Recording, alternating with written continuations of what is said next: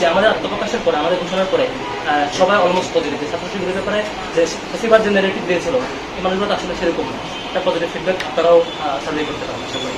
শিক্ষার্থীরা আতঙ্ক রয়েছে কিনা আপনারা ঢাকা বিশ্ববিদ্যালয়ের ফেসবুক গ্রুপগুলোর ডিসকাশন চেক করলে তার মাধ্যমে যদি অ্যানালাইসিস করে বুঝতে পারবেন। সরাসরি হলগুলোতে গিয়ে যদি খুঁজবেন বুঝতে পারবেন। কারণ আমি নিজে তো একটা ডিবেটিং ক্লাব সভাপতি ছিলাম। আমি সবগুলো হলে আমার এক্সপেক্ট ছিল, সবগুলো যেতাম, সবাই আমাকে দেখেছে। বিশ্ববিদ্যালয়ে কোনো হল নাই যে হলে আমার এক্সপেক্ট ছিল আমি যাই না, সবাই আমাকে চিনে না, যায় না।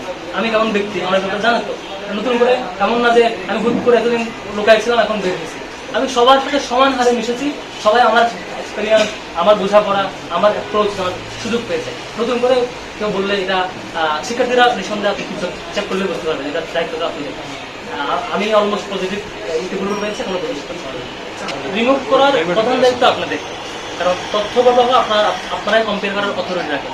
মানে আমরা বললে বলবেন যে আমরা পার্সিয়ালিটি করছি না, সাংবাদিক লাগবে পার্সিয়ালিটি করে না, তারা অ্যাক্টিভিজম না, তারা অ্যাক্টিভিস্ট না, তারা জার্নালিস্ট। আপনাদের দায়িত্ব হচ্ছে আপনারা দুইটা র ম্যাটেরিয়াল ডাটা নিয়ে এসে অ্যানালাইসিস করবেন কোনটা সত্য কোনটা মিথ্যা। এটা আপনাদের দায়িত্ব। আশা করি এই দায়িত্ব এতদিন ফেসিবাদ আমরা কায়েম করতে পারেন নাই। তবে আমরা মজলুম সংগঠন হিসেবে আশা করবো আমাদের এত রক্তের বিনিময়ে আমার সংগঠনটা যে টর্চার সহ্য করে এসেছি, তখন এসে ফেসিবাদের সেই ন্যারেটিভ ভাঙার জন্য আপনারা তথ্য নিয়ে আসার চেষ্টা করবেন। কোনোভাবেই আশা করবো যে কোনো সাংবাদিক কখনোই বা সাংবাদিক থেকে আশা করবো না যেমন ফেসিবাদ নাই মিথ্যা তথ্য প্রবাহের প্রচারে আশা করি আপনারা ভুলবশত এনগেজ হয়ে যাবেন না, বরং সত্যটাই বের করে নিয়ে আসার জন্য চেষ্টা করবেন। পরিবেশ পরিষদ নিয়ে খুবই ক্লিয়ার কথা আমি একটু আগে বলেছি, আবারও বলছি। সেটা হলো বিশ্ববিদ্যালয়ে কোনো কিছুকে অ্যাক্সেস মানে ব্লক করে দেওয়া কিংবা অ্যাক্সেসকে ওপেন করে দেওয়া, এটার অথরিটি তিনটা প্ল্যাটফর্মে।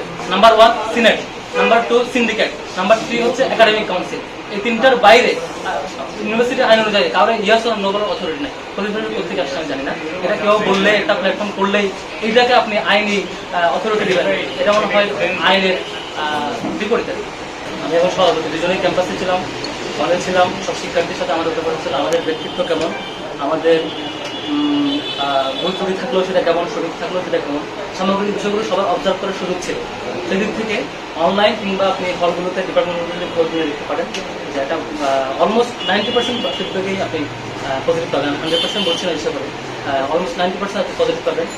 আমাদের সামগ্রিক আচরণ এবং প্রচারের ব্যাপারে সবাই মানে আশা করি পজিটিভ থাকবে, পজিটিভ ফিডব্যাক আমরা পেয়েছি। সুতরাং যে কয়টা ইস্যু আসছে কয়টা অলরেডি অ্যান্সার করেছি, সেগুলো স্বাভাবিক কেউ কেউ প্রশ্ন করবে, এটা স্বাভাবিক। সবাইকে পজিটিভ থাকবে, কিছু মানুষ থাকবে আমাদেরকে ভুল করার চেষ্টা করবেন, ভালোবেসে সংশোধনের উদ্দেশ্যে ভুল করবেন, এটা খুবই স্বাভাবিক। এটা আমরা যে কোনো কোয়েশ্চেনকে আমরা বলে থাকি।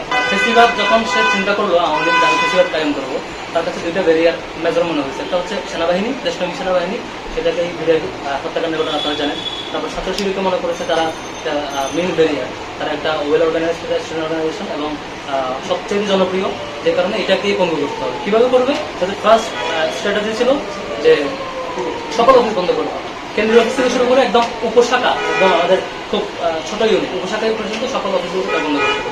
সেকেন্ড, কেন্দ্রীয় সভাপতি থেকে শুরু করে ওয়ার্ড সভাপতি পর্যন্ত সবাইকে মিথ্যা মামলা, বিভিন্ন অভিযোগে মুখ্যমন্ত্রী অভিযোগ দিয়ে। আপনি দেখেন যে আমাদের কেন্দ্রীয় সভাপতি আপনারা জানেন 56 দিন রিমান্ডে দিয়েছিল বিনা অপরাধে একটা ছাত্র সংগঠনের কেন্দ্রীয় প্রতিনিধিকে 56 দিন নির্যাতন করে রিমান্ডে নির্যাতন করা, এটা মানে অদ্ভুত। এবং একই সাথে অনেক শাখার সভাপতি পাবেন, যেমন আমাদের ইসলাম বিশ্ববিদ্যালয়ের শিক্ষক সভাপতি এখনো গুম অবস্থা, আমরা এখনো জানি না কোথায়, এরকম বহু শাখার সভাপতি সেক্রেটারি গুম ক্রসফায়ারের শিকার হচ্ছে, এরকম বহু ঘটনা, শত ভাইকে এরকম ক্রসফায়ারের শিকার হতে হয়েছে। এই যে ফেসিবাদের ফার্স্ট স্ট্রাইক ছিল এদেরকে জনগণ থেকে বিচ্ছিন্ন করা। সেকেন্ড, এটা হচ্ছে ন্যারেটিভ তার করা, এরা ভয়ঙ্কর, ডেঞ্জারাস কিছু, এরা এরকম কোনো ডকুমেন্ট ছাড়া, কোনো তথ্য ছাড়া শুধু রিপিটেডলি বলা হয় যে একটা তথ্য রিপিটেডলি যখন বারবার বলতে থাকছেন সেটা মিথ্যা হলেও মানুষ কিছু মানুষ সত্য মনে করতে শুরু করে, সেম হয়েছে। কিন্তু আমরা যেটা দেখেছি আমাদের আত্মপ্রকাশের পরে, আমাদের ঘোষণার পরে সবাই অলমোস্ট পজিটিভ। ছাত্রশিবিরের ব্যাপারে যে ফেসিবাদ যে ন্যারেটিভ দিয়েছিল এই মানুষগুলো আসলে সেরকম না। একটা পজিটিভ ফিডব্যাক আপনারাও সার্ভে করতে পারেন আশা করি। তবে এটা আপনাদের দায়িত্ব। ফেসিবাদ যে ন্যারেটিভ প্রতিষ্ঠা করেছে এটা ভাঙ্গা, এতদিন পারেন নাই, এটা আপনাদের দিক থেকে ফিডব্যাক চলছে ফেসিবাদ আমাদেরকে করতে দেয় নাই। এমন কিন্তু আপনাদেরকে ফেসিবাদ নাই।